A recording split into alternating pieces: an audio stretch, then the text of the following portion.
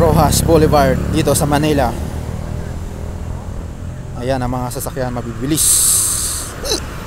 120 over speeding. Ayan ho, ang papuntang Luneta, doon papuntang Manila Hotel.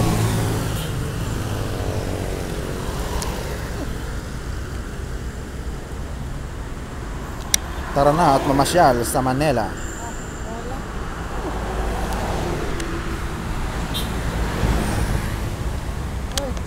Ah.